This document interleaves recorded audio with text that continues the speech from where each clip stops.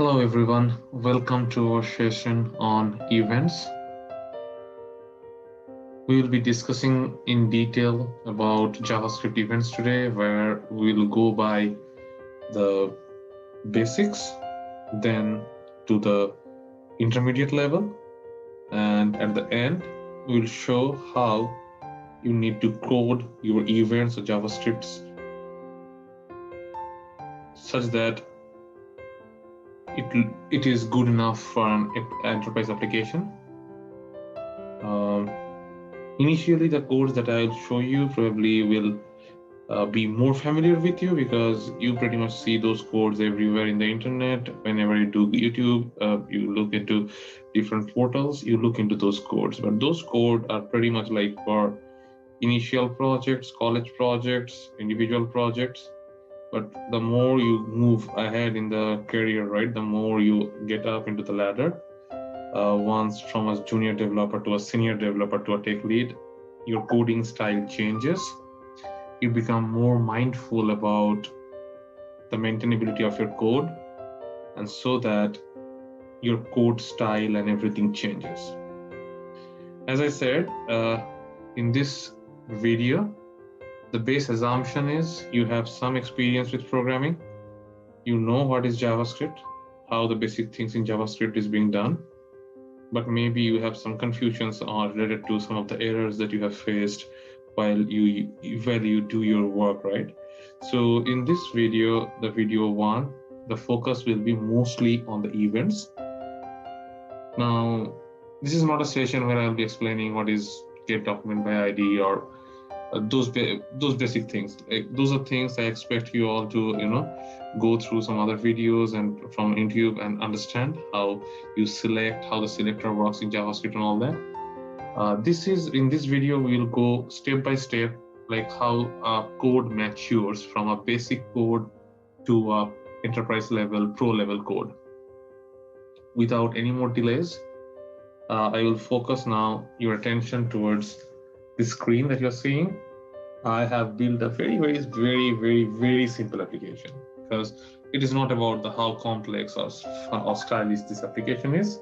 It is about how your code is different. Now, this is a very simple code, a very simple HTML page with basic CSS. And what you're gonna do is, if you click this action button, the color of this div gonna change, okay? As simple as that. So this is the very level one basic information. And to do so, I am pretty sure that the code I'm gonna show you, you're very familiar with this. So this is basically a div, and they have like multiple divs here. And then you have this button, and this button has an on click. So we all know JavaScript provides, or HTML provides you this on click, on mouse over, all this on events. Now these are synthetic events that is provided by the browser as well as V8. So these are by default. You don't need to do anything to invoke these events. In a later video, I will explain you how to build custom events and to trigger those. But for now, we will be focusing mostly on what are the different ways you can trigger an event. Now look into this code, okay? In this code, where is my JavaScript? My JavaScript is right here at the end of the body. And if I click on this, it brings you to my JavaScript file. Now, forget about all these commented out codes. Now, let me see if I can increase the, okay, I guess this looks better, I guess. Not really sure.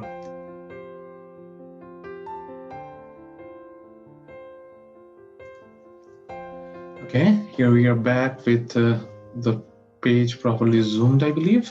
So this is your HTML, and in Visual Studio Code, I just like this. I just love this feature. You just control and click and make sure that you are pointing to the right JavaScript file. And as you can see, this is my on-click handler.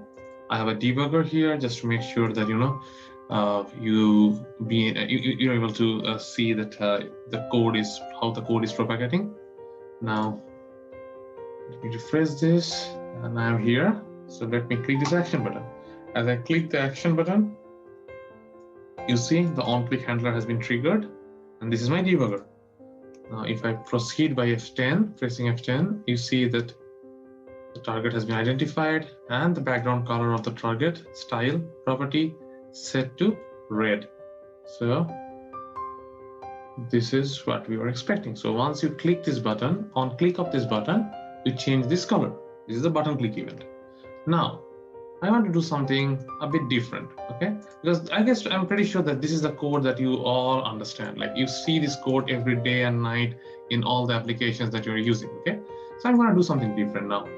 What I'm gonna do is I'm gonna move this JavaScript file, okay? From the bottom of the body to the header, okay? Same JavaScript file, nothing changes, just move from bottom to the top. And let's see what happens. Okay, it still works without any problem, right?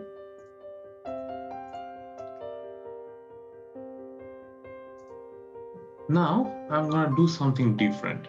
What I'm gonna do is, so Control KD, so this works everything fine. I'm just moving it on the top. I have formatted, right? And as you know, Alt-Shift-F does the formatting for you in Visual Studio Code. Now this looks nice, prettier. I have some extensions installed. Now, one of the extensions that I always promote, I really like this. That's why I promote for free. That is this live server. If you go here into the install section, you can see that I have this live server installed. I would suggest everybody to use this live server because this makes JavaScript debugging way too easy. Now, there are other extensions that I have as well here, but important one, like the most useful one I find is the live server. You can also use some prettifier to make, you know, the JavaScript look beautiful. So you can install some of those as well. Like I am using this prettier one. So you can use any of those to format your JavaScript based on your liking. Now, as I said, you know that we generally say, okay, what happens if I want to pass some parameter through this, okay? So let's say I want to pass something important. So what I want to pass here is I want to pass this div target, okay? The one that we're changing the color of. So let me take the div target here. And I'm passing here, okay? So let me pass. As you can see, it is complaining when I'm giving the additional quotes. So I'm just passing div target here, okay? And here, what I'm gonna do is I'm gonna use something called a parameter, input parameter. So param, I'm using this param here.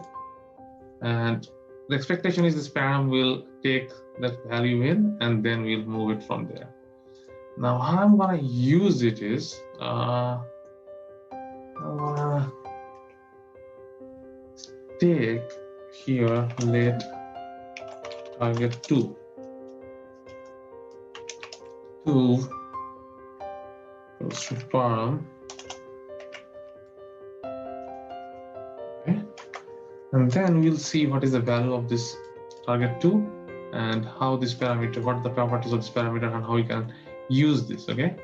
Now here again, nothing changes, and as you can see, right, I mean, I'm not making anything, I'm just going back to the same window. So the beauty of this live server is it always takes the updates without your any effort that you put in. So you see in param, I have the whole property of as the target, see?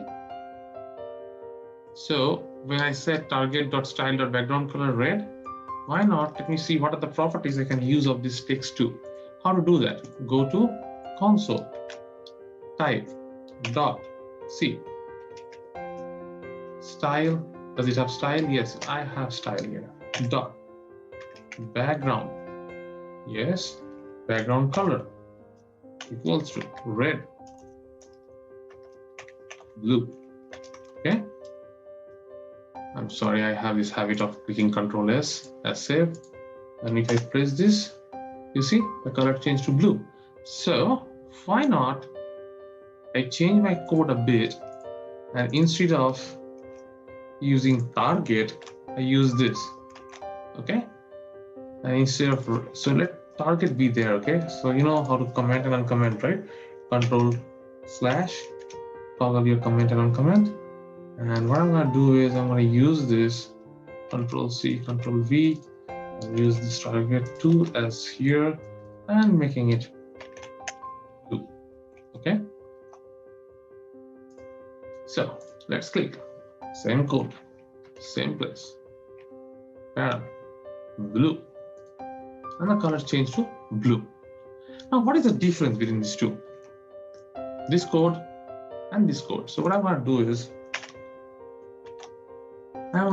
what I did is I just stopped this one. So the moment I stop this, you see there is no search. So this on-click handler, I'm passing the target. I'm passing the target that I want to modify, right?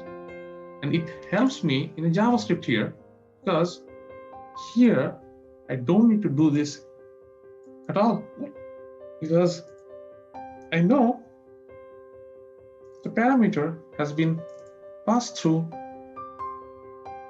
from the UI. So I don't need to search for the ID and do the DOM parsing or anything. It just finds it and changes it. This boosts the performance of your application a lot. If you're using this kind of code, this is the least you can do. If you're doing this kind of extensive searches or DOM parsing, because you know what, DOM is one single DOM, right? It's saying a tree. Whenever you're doing get element by ID, get element by anything, you're basically parsing the DOM. Even though it is super fast, ultra fast, but it is still a search in the DOM.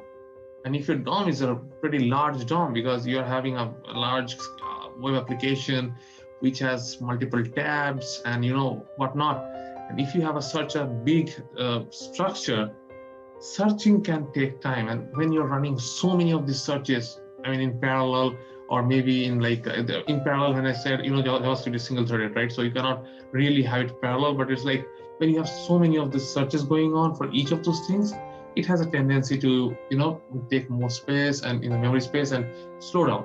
So if you use something like this, like just directly parsing the parameter whenever it's possible, I'm not saying it will be always possible, but whenever it is possible, you can use this technique just to avoid this document not get delivered by ID.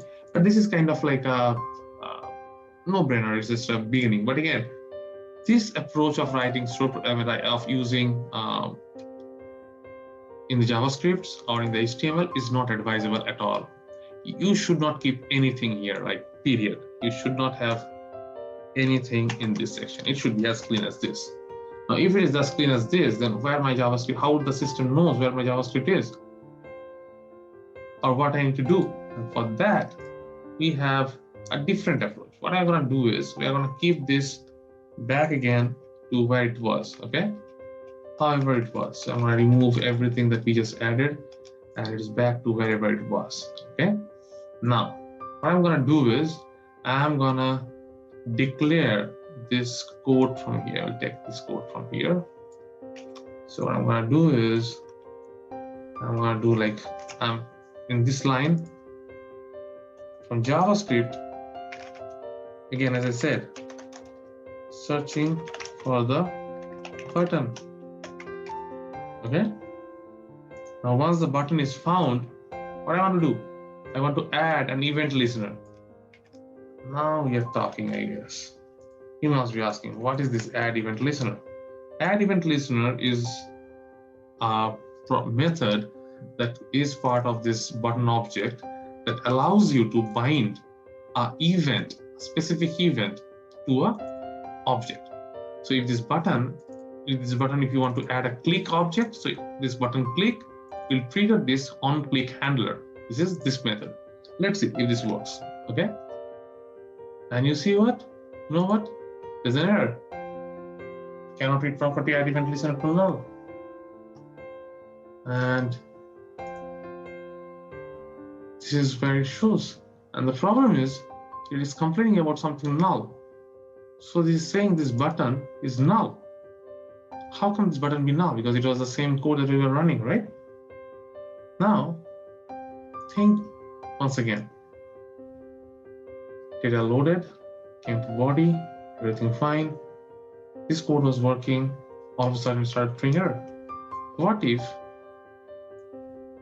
the reason? The reason is the script is part of the head, which gets executed before the body loads. So even before the body loads, the body of the page loads, it basically executes the JavaScript. And as the body is not loaded, this action button doesn't exist. That's why you're getting this error. Now, there are multiple ways of solving this one. Now, the common one, again, as I said, commons are the thing that you do in general or commonly may not be the right thing to do. But if I just do this, but there might be this time, it's the simplest thing to do. So if I move this one to the end of this, let's see. Voila, problem resolved. But is this what you want to do?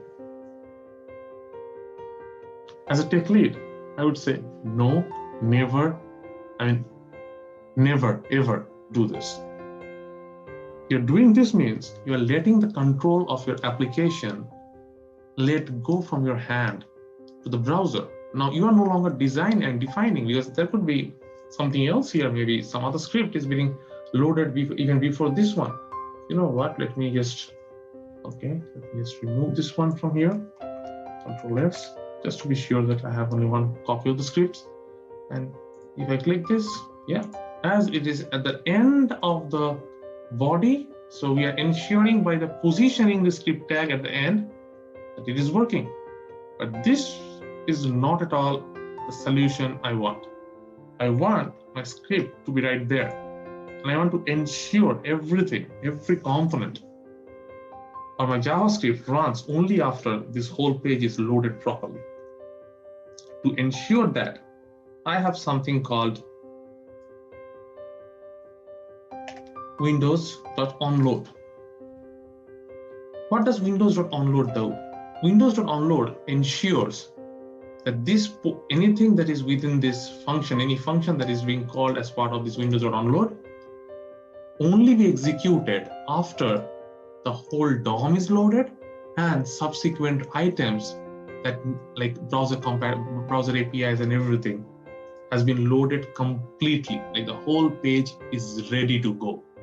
Only after that, this function will be executed, or everything within this section will be executed. And as you can see, what I'm going to do here is I'm going to comment a few things just because I want to make sure that we just take one step at a time. So here you see that I have the same code, finding the button, okay, and then clicking the on-click handler.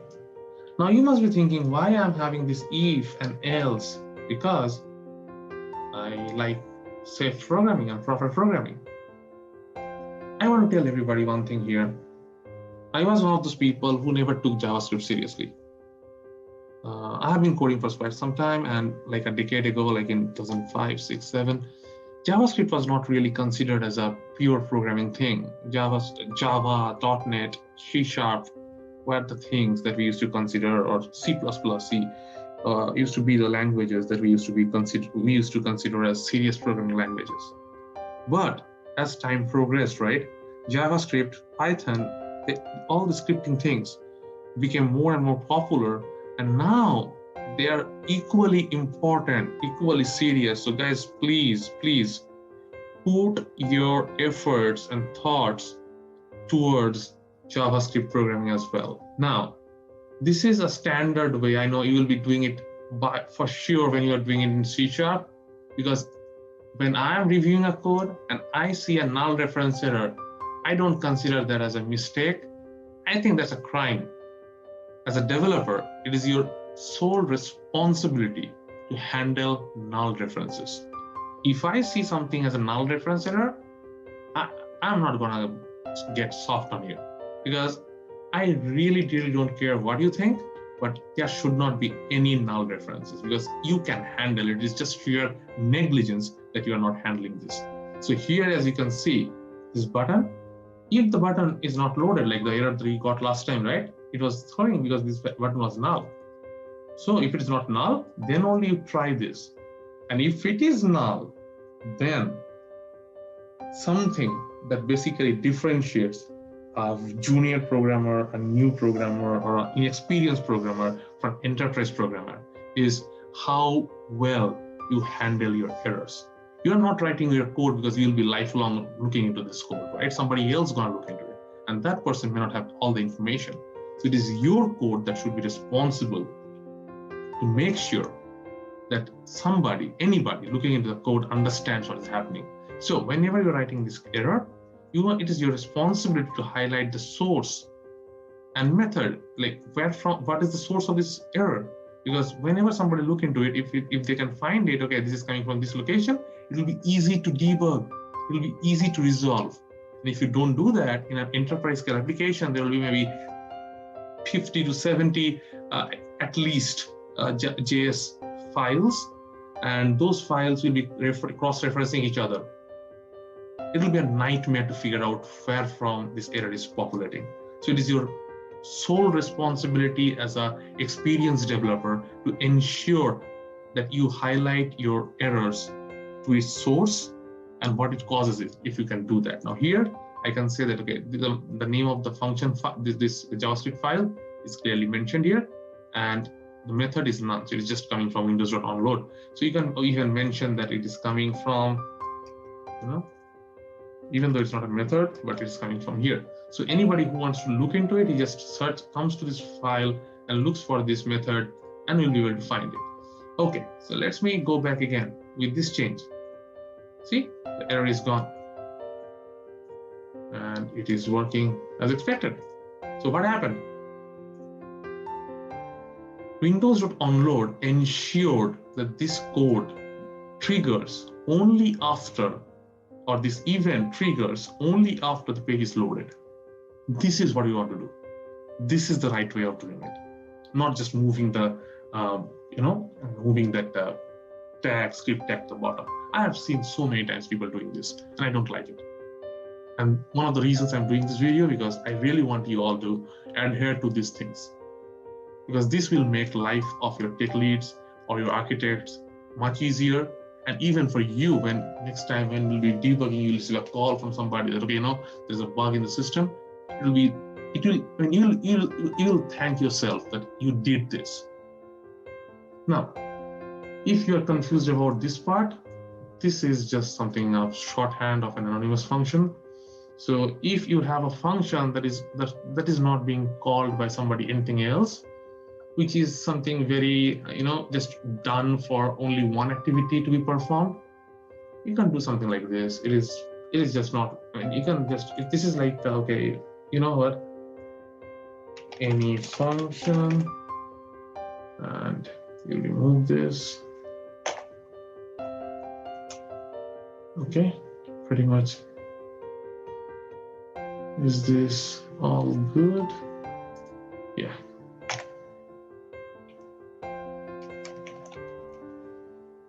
So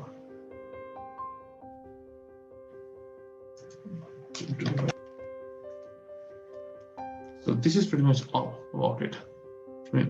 But instead of writing all this, because I don't really need all this, I'm not gonna call it anywhere else. You can just do like this, do like this, and it takes care of everything. It looks clean, everything is fine. And from here, what you did, you just click this on add event listener and call this on click handler. Now, why we'll be using this? Why I prefer this one? I prefer this one because your code has to have one of the basic principles of extensibility. And what is extensibility? Extensibility is, okay, something going on here. So extensibility is, you should be able to load your code, extend your code without breaking anything. Now say you have one requirement, right? I had one requirement initially to change the color of that div to red, correct? So if I click this, it should be red. Now I have another requirement. While I click this, I also want another event to trigger, which will change the color of the border as well, right? So what do? First of all, if you had like this on-click thing, on a board or whatever. On click, you had this one, right? On click one. Even if you had this, you write something, it only allows you to provide one method, only one event handler, correct? Not cool. Now you can tell me, okay, you know what? I can have an event handler, and inside this, I'm gonna write another logic. So basically, anything else that use this event handler, right? Gonna get your functionality as well. Do you really want that? No, right? Because maybe it is only for one place and somebody, some naive developer, some nice developer trusted you. And you betrayed their trust by just adding one functionality here. And they will get something unwanted, right? So how to do that? Now, the simplest approach is just write another method. So what I'm going to do is I'm going to write another method here. You can see I'm just changing this color of this. This method is basically responsible for changing the color to blue. That's it. And then look at this. I wanted this to have this button click to have this feature, right? All I'm going to do is I'm going to add another event listener. And that event listener will be triggered on click. So once you do the on click of that button, it will not gonna only do this one, but it will also do this one, but it is sequential. First, it will gonna do this and then this. So let's put it into action. See, the color changed. Oh, my bad. I stopped this. So let me just do it once again so that you can see the debuggers. As you can see, the moment I did a refresh, Windows.onload got triggered. Set the document, okay? Then it attached those two events to the button, but it didn't trigger it. If you notice, we just attached the buttons, but we didn't trigger it, correct? Now, when I click this, the first trigger on click handler, it basically changes the color to red, and then I'm gonna do the second trigger, the second one, it's gonna change the color to blue. So if anybody in the system is using any of your functionalities, this is like a modular programming, which is must for all of us. At least if you're a bit senior, you're a bit experienced, must follow this modular approach. Otherwise, your code will be a mess. It will be like a spaghetti, okay? And not the good ones, you know? Those will be like those overcooked spaghettis. Anything you want to do anything, it will be just breaking. Like once, if you try to just break one out, it will break something else. Please make your code modular, okay? So this is one of the best practices I would suggest to always follow whenever you are doing any events, triggering any events, follow this approach. You will thank me later, okay? So this is my first takeaway from this course. 1, declare, handle nulls. Handle your null values, your objects. And 2, always use event handlers like this way. Now, the problem with this one is if you're doing something where you still expect Internet Explorer 8 or 9 to support. If you're supporting Internet Explorer 8 or 9, this code might give you some trouble, okay? In that case, I would not suggest this, but these days I don't see, most of the people have moved to Chrome or Safari or Mozilla Firefox. But in any ways, if you're using any new browser, this is the way to go. This is the standard recommended way. Using onload, using event listener, add event listeners, and using this null check and providing proper error handling. This is my first entry point of writing basic acceptable level of code. Now, don't get confused that this is the end result. No, this is just the beginning. These are the very, very basics that you have to make sure whenever you are defining your events. So, what are the next steps? Please wait for next session to start when we'll be discussing about the next steps, maybe in next 30 seconds. But before that, let's review the whole code once again, okay? I have a CSS that basically is giving me some style sheets here. I have this JavaScript file, which basically is pointing by the HTML. I have a basic HTML structure. This is my basic HTML system. And we have gone through how we can add event listeners to the system, how we can debug a system, and how the system is working for us, okay? And how the events are triggered, we are triggering the events, okay? This is my first level. Now going to the second step on the events. Now you probably have noticed in my screen, I have this checkbox. It is not doing anything at this moment because I have this code commented. So I would like to uncomment this code and show you how the events are different, because this is a click event, right? It's a click event, but checkbox has a different event. So let's see how those events are different based on different controls. Okay, so back again to the code. This time, as we said, we have this checkbox that we'll be using. Now go back to this code here, and I have this part for checkbox. I'm gonna uncheck this part of code. Control / unchecks it, and it's saying there's an error. Okay, you're expecting a bracket. Yes. So always Alt-Shift-F format, right? Let's see. What do you think it's gonna do? How it's gonna behave? Let's see. Okay. And I click this. F10. Nice. So let me remove this again. And gone. So let me see what actually this does, right? So the purpose of this one is to clear this selection, this red color here. If you click this, it's gonna get this color vanish. Okay, so it's basically pretty much not preventing action, but pretty much making it back again. So what's the difference? Let's get back again the code. Now you must be wondering, right? I mean, why this didn't throw error? Because it is not within this Windows.load, right? Because the Windows.load is basically ensuring this part of the code runs before. So this didn't throw any error. And this is what makes JavaScript so beautiful, this mystery around it. And as I see,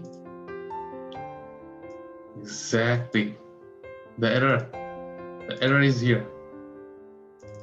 The error is here. And that's what I was expecting. I was expecting this error to be here, because anything that's not within documented load will throw this error. So what I'm going to do is, first things first, let's take this and move it in this under this.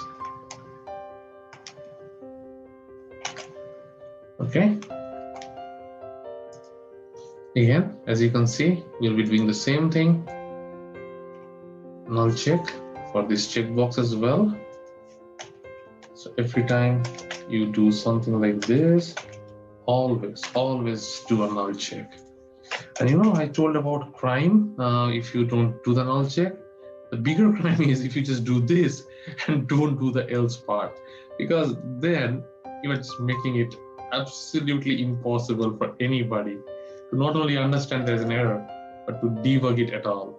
Because they will be completely clueless looking for like what the heck happened, because you are not even throwing an error, you're just ingesting the error, right? And you're just skipping, because if it is null, then you're not doing anything and the system doesn't throw any error. And somebody will be expecting this click to happen.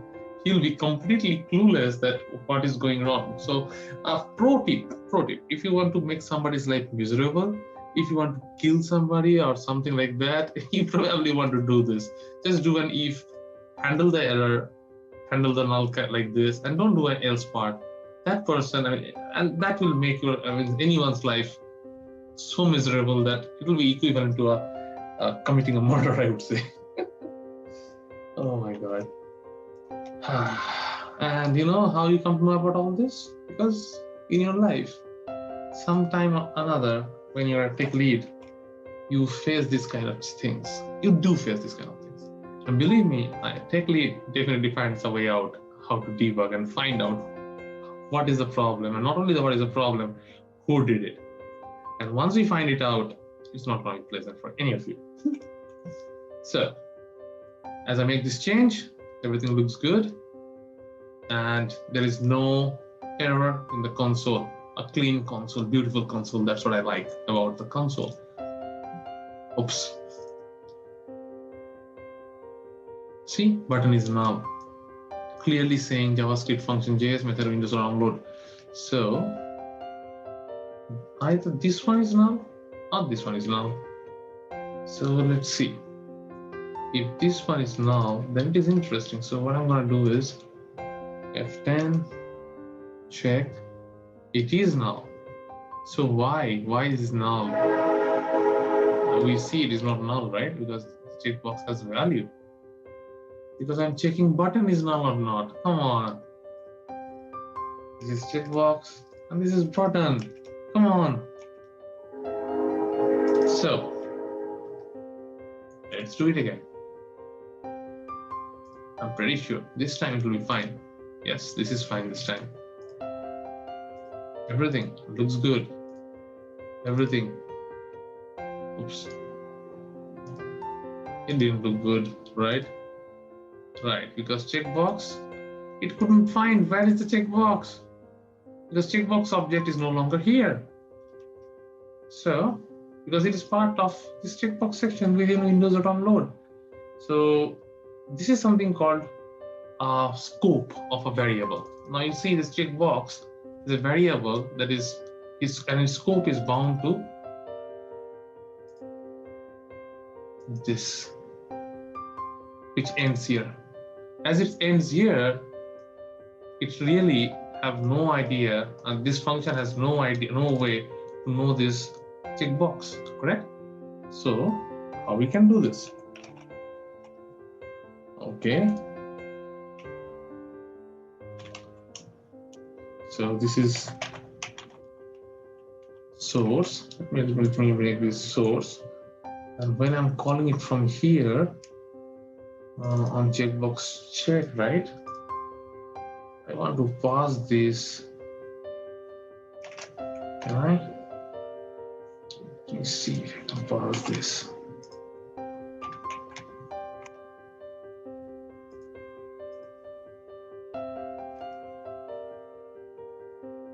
This dot checked failed.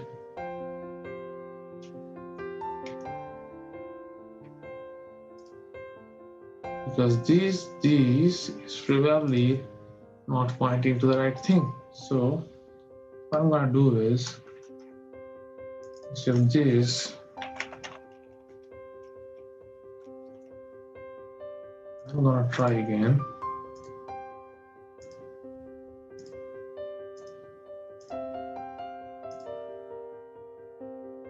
Okay, so click this button. Nothing is happening. What is the problem? Because this is not triggering the event at all. Okay, because this syntax is not working.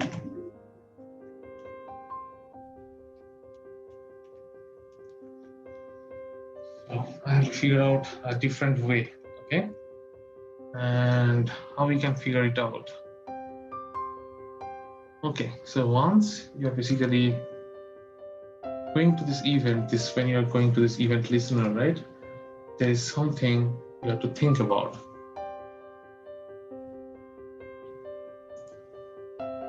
So, as we face this challenge, right? What I would do is, I would move this variable checkbox to global variable. Now, initially, the scope of this variable was only this much. Sorry, this much. Because I was declaring this var here. If you remember, the previous code was like this. Now, as we need to use the same variable, right? Same variable somewhere down here. What we did is we use this as a global variable. Okay, and now as we have defined this as a global variable, what is happening? The value event listener is getting added to this one, and then the same variable is being used here where you're checking whether this property of checkbox.check is true or not. Now this is interesting. You remember as we were talking about something called the properties of an event, right? Now we will do a detailed session on internal bindings and details of event soon enough. Maybe right after this episode. Next episode will be on that, how the internals of event works, and the custom events and all that.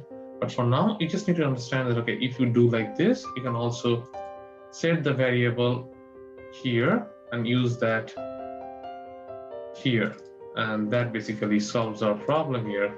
And we move forward. Now, if you see, I click this. This is interesting. See, this is our target, which has this style, and we're basically setting this event value. And then the next one sets this. Now, if you click checkbox, you see, value is set back normal again. Now, interestingly, if you see, I have this something called checkbox.checked. What is this? Now, let me just evaluate this checkbox for you quickly. As you see, checkbox has this checkbox input type, event area, and all that. Dot. These are all different properties, okay, of the checkbox. Now it has this property called checked. Okay, if you say check, that means whenever you are basically doing this check mark, it validates whether it is checked or not. And if it is checked, you want to do something, you can do it. If you want to do something different, if it's not checked, you can do that as well. Now, interesting. Do you have a click? Yes. A checkbox also have a click method. Why didn't I use the click method? Because I really don't want to. I mean, check method is a bit gives you this ability, right, to understand when it is checked and not, more in line to the checkbox properties. Whereas click is a basic general click, so many times we do not use it. Okay, fine enough. So this is pretty much how, at least the basic things you should do while you're building your JavaScript application. Now, I'm pretty sure you might be having this confusion, right? The moment I declared this var checkbox. What if somebody in your team, or maybe some other team working on the same application, right, declared a same variable checkbox, and somehow during the whole iteration of your development phase, somebody referred that JavaScript along with this JavaScript file. You have a conflict. Same variable, variable with same name in two different places, and maybe that person has a different implementation, or he's setting some values even before these values are encountered. So your system, your whole code, even though it is working perfectly fine in your local, when you're doing it alone, the moment you're in an enterprise system where multiple people are working on the same code base, maybe large code base, this is not safe. This is not the best way of doing it. So, how could you prevent your code, your effort, so that others do not cause problem to your code or interfere with your code? And that is where the true proficiency lies. One of the things is handling the errors, making sure the nulls are checked, corner conditions are met, and then how to make sure the structure of your code is different. Like how to structure your code so that your code is separate from other people's code, right? So that somebody does something else doesn't interfere with your code base. That is an approach of modular JavaScript. These days, with the introduction of Node.js, modules and everything, it is becoming very obvious how you do it, but there are still old ways of handling this using some sort of a thing called namespacing. Now, JavaScript, there is no real namespacing possible in JavaScript, but still, you can make something like namespacing and something that will prevent your code scripts from other people's code. This was first initially used by Yahoo in 2002, 3 or something, long back in short. And till then, I mean, even today, I don't see many of, honestly speaking, I hardly see anybody using that structure, but that is so good. So the next phase is actually going to the pro JavaScript code.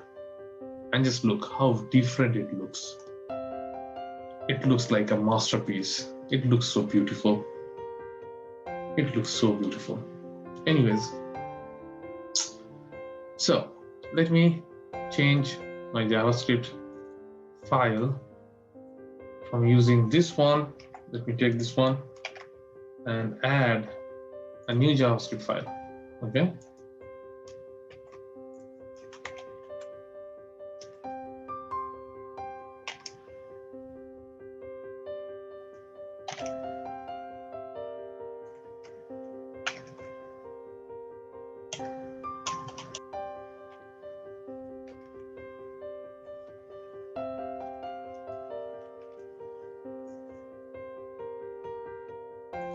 So this is my pro JavaScript functions.js, and I'm gonna put it right here.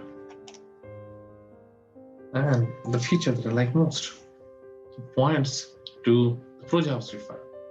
As you can see, this code looks very different, much organized, clean, and everything. So what do? We define a variable called project name, and then we instantiate like this, so that it's like a, by default, every function, everything in JavaScript is an object, and we leverage this concept, this definition. For the beginners who are using it for the first time, this is pretty much saying, okay, if you have a project name, this is basically the project name. So you can have like a large project, if you're working from some customer or whatever is a project name, you can pretty much use that as a project name variable, which can work like your base, namespace. Like, so generally how the namespace works like, okay, a company name, right? A dot, say the vertical name or the business name, right? Business name dot module name or product name.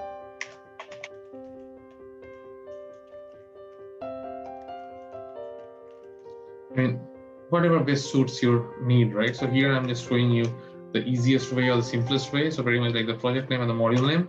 So you can put whatever you want here. So this is pretty much like the project name, and the project name has modules inside it.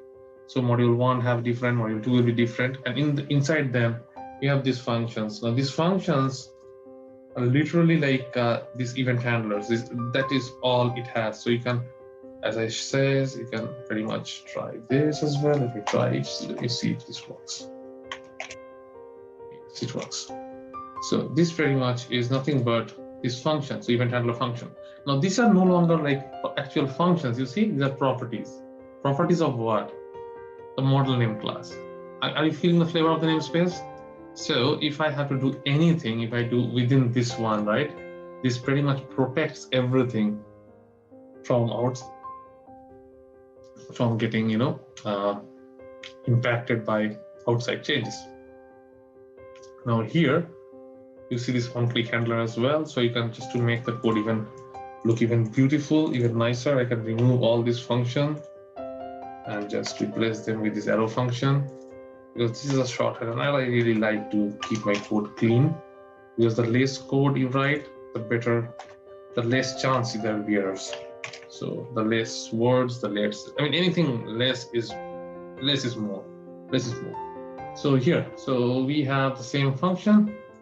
I go back here.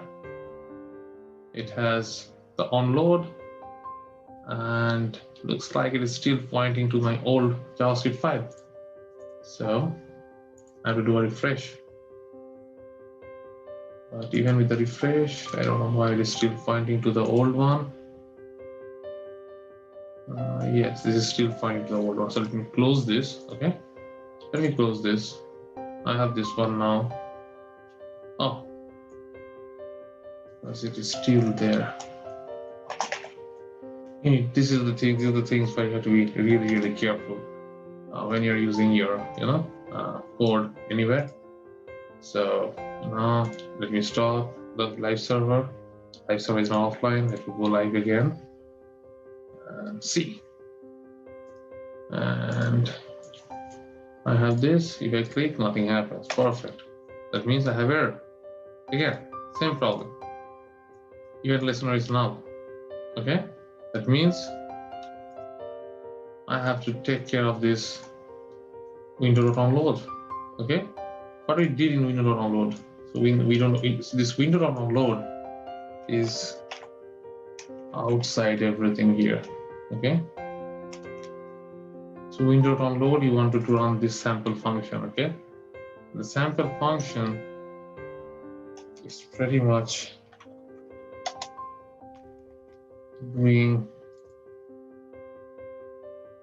trying to load this on-click handler.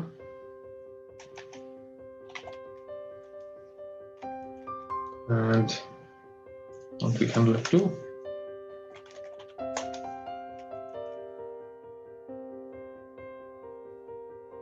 As you have noticed, the sample function needs to be very precisely defined within window.onload.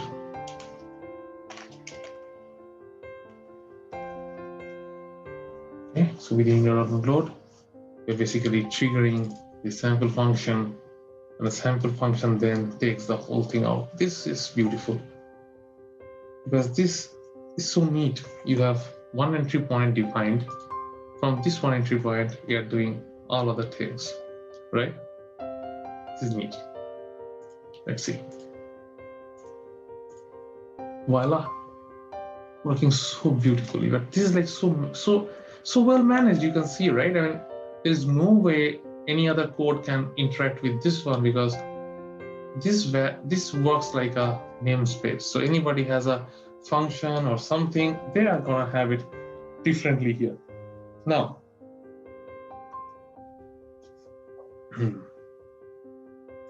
I have this check here. I made that crime that I didn't define the else part, the deadliest of all problem I told you, remember? I'm gonna do it. I'm just gonna take this console.error and put it here. So it looks beautiful. Looks so beautiful. I like this way of coding because as a tech lead or an architect, whenever you're looking into a code, if it has a proper structure, if it has alignment, it looks really beautiful. Now here I have this first thing done. Now remember the second thing that I had was this function, right? Checkbox check. So let me take this one up here and move it within. I want to move that here because I really want to do it like, and just see like how easy it is. Okay.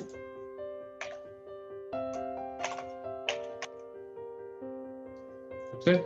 It has moved to it moved as a property. But be very sure about these commas. If you miss any of these commas, it's going to throw error. So you have it like a property.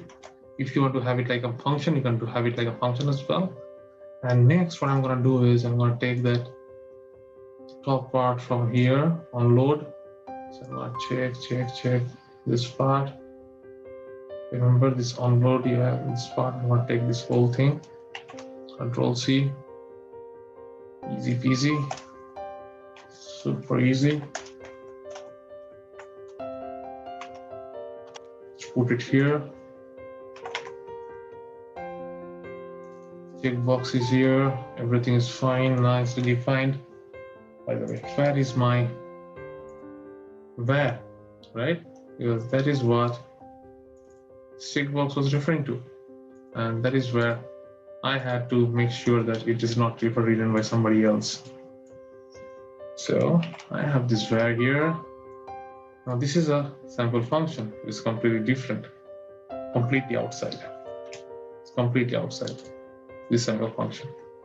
And this sample function is calling my event listeners, this on checkbox check, correct? So it has to be somewhere outside. What I'm gonna do is I'm gonna keep it absolutely outside. But I'm gonna name it differently.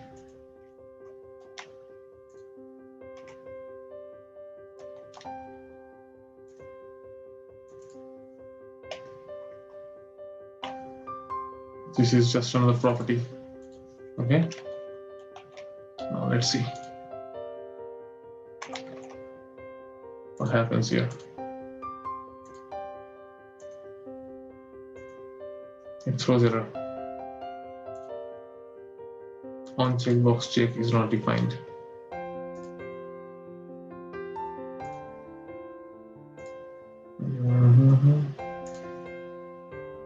So this one is not defined here because this is outside, correct? This is here as a property. So on checkbox check doesn't exist to it. However,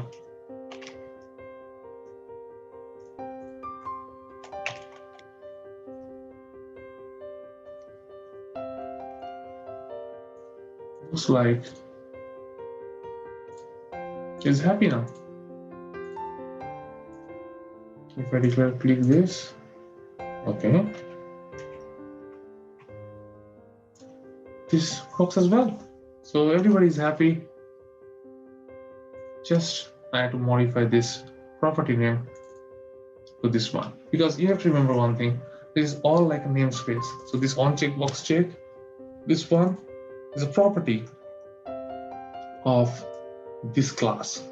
It's not a class technically, but you have to, if you're object free, if you're aware first about the object-oriented programming, that is kind of an implementation. That is kind of a thought you can keep in mind. This is kind of like a namespace and a class definition, and this is the property, okay, checkbox check. So whenever you're trying to use that from outside, this tells you where to look for. So just imagine how beneficial it is.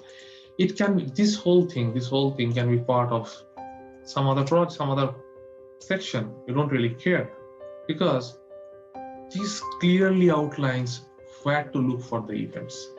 Okay, and also as you have defined this property, the global property, there is very rare chance somebody will override this value because this checkbox is part of this class, and this is and there is different multiple ways you can do this. You can put it as a property inside this as well, right?